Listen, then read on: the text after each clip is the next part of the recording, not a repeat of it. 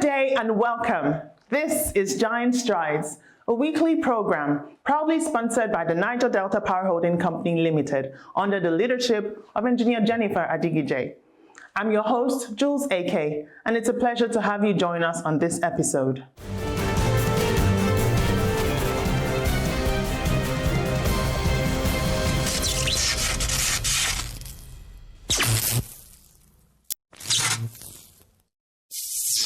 This week on Giant Strides, we continue to x-ray the just concluded National Council on Power, NACOP 2025, which had its 6th edition in the month of May in Maiduguri, Borno State. Against this backdrop of reforming Nigeria's energy landscape, top industry leaders gathered to drive the nation closer to universal electricity access. Today, we will focus on day 2 of this strategic event and remarkable high-level decisions birthed from this pivotal gathering. Now, before we get into the crux of the matter, we would like to introduce a new segment to this program. It's an opportunity for you, our viewers, to win a cash prize, and here's how it will work. Every week, we shall put out a question related to the NDPHC or the power sector, and you will have the opportunity to win a whopping 5,000 naira. All you have to do is head over to our social media platforms, follow us, and type in the correct answer to the trivia question. Be sure to follow us, and once you're done, get your family and friends to like your own comments. By the end of the week, the follower with the correct answer and the most likes will be declared the winner and will be contacted to receive the cash prize. Please note that only those who follow our handles will be able to win the cash prize. This week's trivia question says, in what year was the NDPHC incorporated? So, head straight to our social media handles displayed on the screen and stand a chance at winning. Be sure to follow the rules and be declared the winner. And without further ado, let's get straight into the business of today.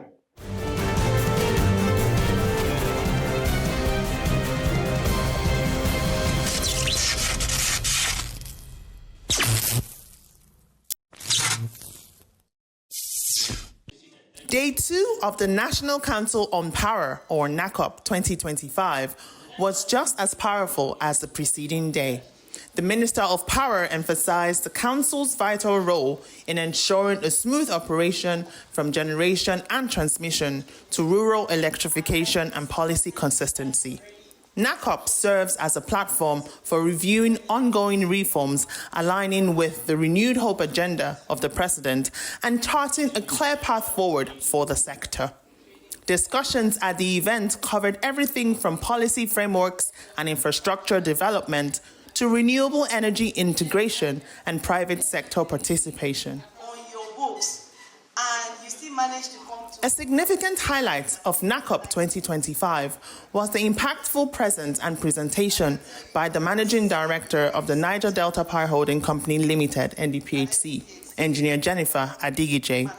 She addressed key stakeholders, shedding light on the critical role NDPHC plays in Nigeria's power generation and transmission sphere. Other top officials in attendance included leaders from the Rural Electrification Agency, Transmission Company of Nigeria, NERC, and representatives of all 36 states.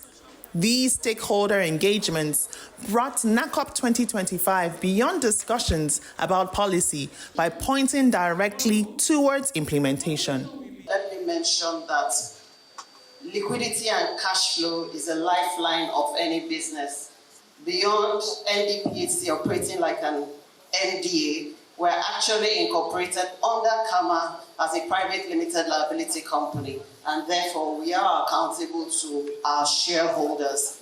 This liquidity crisis is real, and she laid a solid foundation yesterday when she mentioned the 4 trillion figure. And somebody behind me who didn't know I was the MD of NDPHC said, this figure that Gencos are claiming, is it real? And the truth is that it's actually real, and that's because a lot of pass-through costs are actually included in that figure. For instance, the gas costs. For us, the gas-fired Gencos, we are the worst hit because you know gas is not cheap. gas is priced in US dollars at over $2.4 per MMBTU. And for me to run a generating unit, I need 25 million scoop of gas per day. Times that figure, you can have an idea, do the math and have an idea of how much we spend on gas alone. In addition to gas, we also have O&M costs. Most of these our units were built by, all of our units actually were built by OEMs, world-class OEMs like GE and Siemens, and the service agreements and service contracts are priced in US dollars. There are fixed fees, there are variable fees, all priced in US dollars. So for the revenue that we earn, I dare say that a significant portion of it, over 80% of that revenue actually goes to gas and O&M costs. And so when you have a system whereby your invoices are not settled fully, where your invoices are settled in a paltry rate of about 30%. But let me use this opportunity to also appreciate the Honorable Minister of Dr. Adebayo Adeba, because I think he really deserves a round of applause. He really deserves a round of applause, because with the introduction of the Band A system, and the Band A accounts for only 15% of the market. Now, what that did was to increase the market liquidity by 70%, from 1 trillion to 1.7 trillion. And before then, our invoice settlement rate was about 10%. I think he will speak more to that. But by April last year, with the introduction of the banding system, we were able to ramp up actually, from about 10% to about 30%, which we're having now. And we're hoping that eventually and someday, if the cost-reflective tariff and all other mechanisms are put in place for us to recover our revenue optimally, then we would be able to get settled fully on our invoices. One of the major panel discussions, titled Maintaining Liquidity for the Sustainability of Generation Companies, also featured Engineer Jennifer Adigije, the MD CEO of the NDPHC, alongside other key industry figures. This conversation was a major convergence point for key stakeholders in Nigeria's power landscape.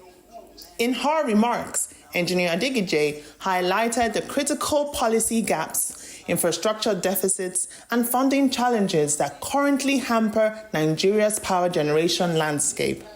She emphasized that without reliable funding and operational reforms, generation companies cannot execute their full potential. We have a big challenge, but I'm afraid that it's not the way my colleagues are looking at it that the challenge is. Is there liquidity? I don't even call it liquidity problem. Is there bankruptcy in the sector? The answer is yes. There is no money. Because as long as the product you're selling, you are not recovering the full cost, that business is bankrupt. Any business you have in this world, whether you're selling chin-chin, whether you're selling sophisticated products, if you buy and you can't sell to make profit, then that business is not worth going into. And that's what we have in the sector. But question now comes again, because I like this word, cost-reflective tariff. What is really cost-reflective tariff for a product that is not there? And it's something that we at Azura, we've actually investigated and done a survey. Are Nigerians ready to pay? The answer is yes, but ready to pay for what? Nigerians, and that's what you see, because if you think of the few off-grid projects that people were, even when tariff in the sector was like 50, 60, people were paying 200, it was happening. But it was predictable power. The problem you have in Nigeria is that the power that people receive is best endeavor power. So, when you are getting ready to go to work, that's when power comes. When you come back in the evening and you need power, it goes. When you are now about to sleep and you don't need power, that's when they bring it. If somebody asks you to pay, will you pay? That's the biggest challenge. And the whole value chain we have, from the generating companies, TCN, all the way to gas producers, is all best endeavor. When you go on best endeavor supply, all of a sudden the customers will say, I'm going to pay best endeavor. because when I need power, I resort to my generator, which is the most reliable source of power for me. And that's a big challenge. Now, as a country, there was only one time, because this is basically like a chicken and egg conundrum. Somebody has to crack, you need a chicken to produce the egg, but at the same time, it's the egg that grows into the chicken. Something has to give for that cycle to be complete. There was only one time as a government we took a decision and said, we are going to do something. That was between 2012 and 2015. Where we said, okay, we don't have enough capacity, so we are going to incentivize investment in generation. We are going to privatize concession transmission, and we are going to privatize distribution. There were expectations for all those things. Those things, if you think of only the generation that happened a bit, all of them stopped. So I want to just assure, I'm happy that we have some commissioners here, that until government takes a stance, the liquidity in the sector will not change. Either the government, there are two options for liquidity to come back. And I'm just speaking as a private sector person who is focused on finance. It's about bankability. Either government, and for bankability to happen in the sector, either government, whether at the federal level or state level, puts its balance sheet on the line to encourage private sector investment.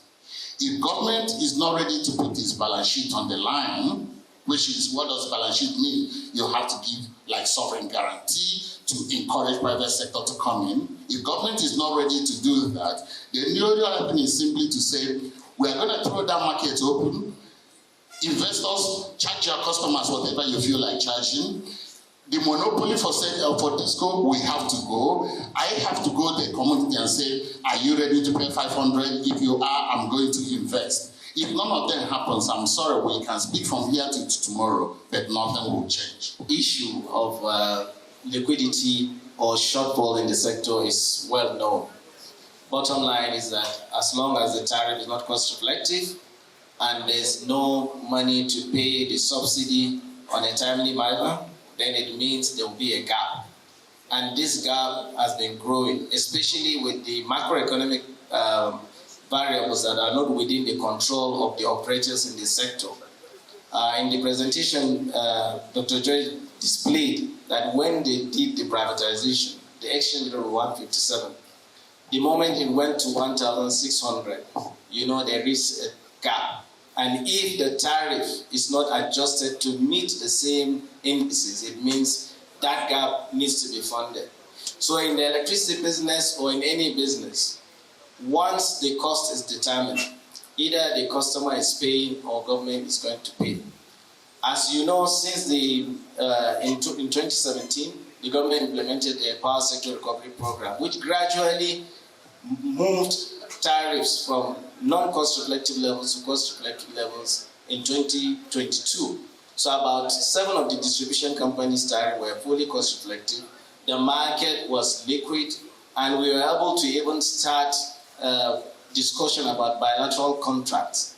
But with the unification of the exchange rate and the headwinds that came with that has now exposed the market again. But fortunately, the government is still working towards coming up with a payment mechanism to write off the existing debt through promissory notes and other instruments from the federal government of Nigeria. Secondly, there is a plan to have a sustainable subsidy regime within the sector through the implementation of Power Consumer Assistance Fund, where the subsidy that we pay by government is targeted to the most vulnerable customers that really deserve the subsidy. Yesterday, we were discussing with one of my colleagues, some of these current customers in Band B and C, a number of them in some states are consuming over 500 to 10,000 kilowatt hours a month, and they are being subsidized. And it really doesn't make sense why you subsidize such customers. In some cases, there are businesses and industries, while the people that need the subsidy most hardly get the supply, and they are not benefiting from the subsidy. So this burden of subsidy needs to be moved away so that the government can now utilize this money in some social infrastructure and other social interventions. So bottom line is that the path forward is that there will be a promissory note and other instruments to clear the existing subsidy and the cap, while looking forward, there will be a power consumer assistance fund where customers that are vulnerable in the society, government will pay direct subsidy to them and they will utilize it to pay for their electricity bills. The generators, those investors who are going to invest in the generation, required an off-taker that is backed by the federal government of Nigeria, because it was known at the time that distribution companies were not financially viable to buy and pay for power. So that was why NBED was set up. And NBED has gone to also manage federal government sovereign guarantees in the power sector, and also is the instrument through which government intervenes in the sector. And a significant amount of intervention has been made by the federal government of Nigeria in the power sector, going back to the 701 billion payment assurance facility, the 600 billion payment assurance facility, and then the $750 million World Bank power sector recovery operations activity, and yearly appropriations in the tone of 150 billion annually, to the last one of 450 billion in the year 2024. Having said that, back to Dr. Joy's presentation. From our standpoint in NBED, we are privileged to have an umbrella view of the market. And I can tell you firmly that one of the biggest challenges of the Nigerian electricity market is the economics. Electricity is a product, and a product has a cost, and the cost has to be recovered. So within the entire value chain, from downstream gas to generation, to transmission, to distribution, to end users of electricity, the entire value chain is challenged technically and technologically. But that is not the big issue. The big issue is the economics. Because if they fix the economics and the cost can be recovered, then it will unlock the opportunity for investors to come in, and that investment is what is going to address the technical and the technology issues. So, because in the words of Hubert Reilard, the Indo-German chairman of the Indo-German Chamber of Commerce, he said, capital is a shy dog, not a bold lion. Investors are looking for a line of sight that if they put their money, they will get the money and a fair return on their investment. So it's not philanthropy. So we must craft solutions that address these economics of the sector, and that make the sector to become viable for investors to begin to come in. And when they come in, they can now address the technical and the technological challenges. The expectation is that at the end of the reconciliation between NBED and the GENCOs, and once that figure is forwarded to the Ministry of Finance, the government will take a strategic decision on how much to fund either through supplementary budget and how much will be funded through promissory notes, or how much will also be funded through a special bond to clear the power sector debt. So I think that's not an issue on how that will be solved. I think the concern will likely be how do we stop the bleeding. Stopping the bleeding is key, because once we stop, it means we can be able to go into some commercial transactions in terms of having a contract-based market where there is a willing buyer, willing seller, you pay for the right price. Then it's easy to do that. And that's why the government is coming up with the implementation of the Power Consumer Assistance Fund. That way, the sector will be fully liquid. It means it will be immune from any direct government intervention. apart from government paying customers directly to pay for their electricity bills. That is the customers that are vulnerable, that are low-income customers within the country. So that way, that will be resolved. But in terms of sustainability of the market, we have to move to have more effective contracts within the market. Because if we continue to operate on a best endeavor basis, that also does not incentivize players to honor their obligations. So the gap in terms of the shortfall in the generation sector comprises of both government obligation and also private sector obligation, because there is a shortfall that is as a result of the tariff, and there is market shortfall where discos are unable to pay their bills. So we need to take note of that. While the subsidy element can be addressed once we have cost-reflective tariffs, the market shortfall, which is coming from liquidity issues at the distribution level, that must be resolved through effective contracting within the market, where discos must meet the requirements of the market rules, where they will post their payment obligations to the suppliers and then pay as and when due. And when they fail to do that, the provisions of the contracts should be applied. We all know the source of the debts, and the reason why, based on the tariff shortfalls, based on the market shortfalls. But I want to once again commend Mr. President now at this point, because now we have a president who understands the deep-rooted issues and also has the boldness, the courage, and the will to effect change by ensuring that we're able to have the right legislative foundations, policy foundations, and the necessary foundations that we need to be able to survive in the market.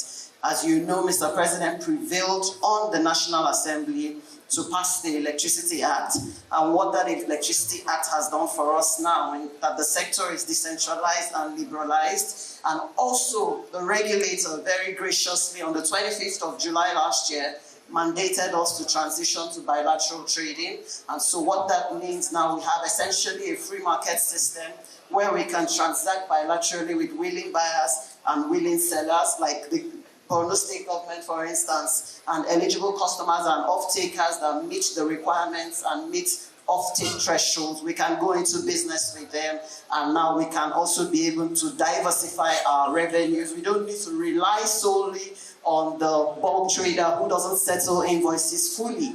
And when we go into such agreements and power purchase agreements with such customers, we've developed an internal mechanism whereby those agreements are firm, and so there's no opportunity for any party to default in that agreement, because the agreements are backed by firm bank guarantees that would ensure that our transactions with those bilateral customers are cash-backed and are securitized.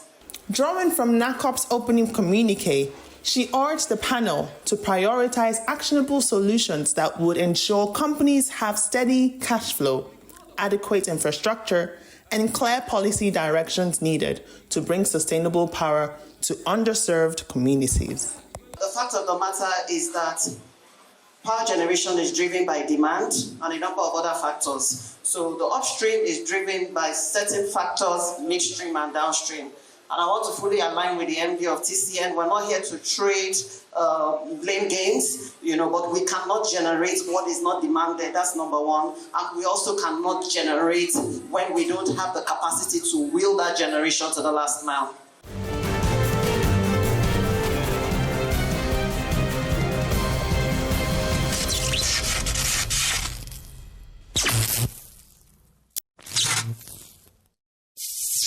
All the major energy players were present at NACOP 2025, and Maiduguri became a key stage for Nigeria's journey towards a more efficient, inclusive, and energy-secure future.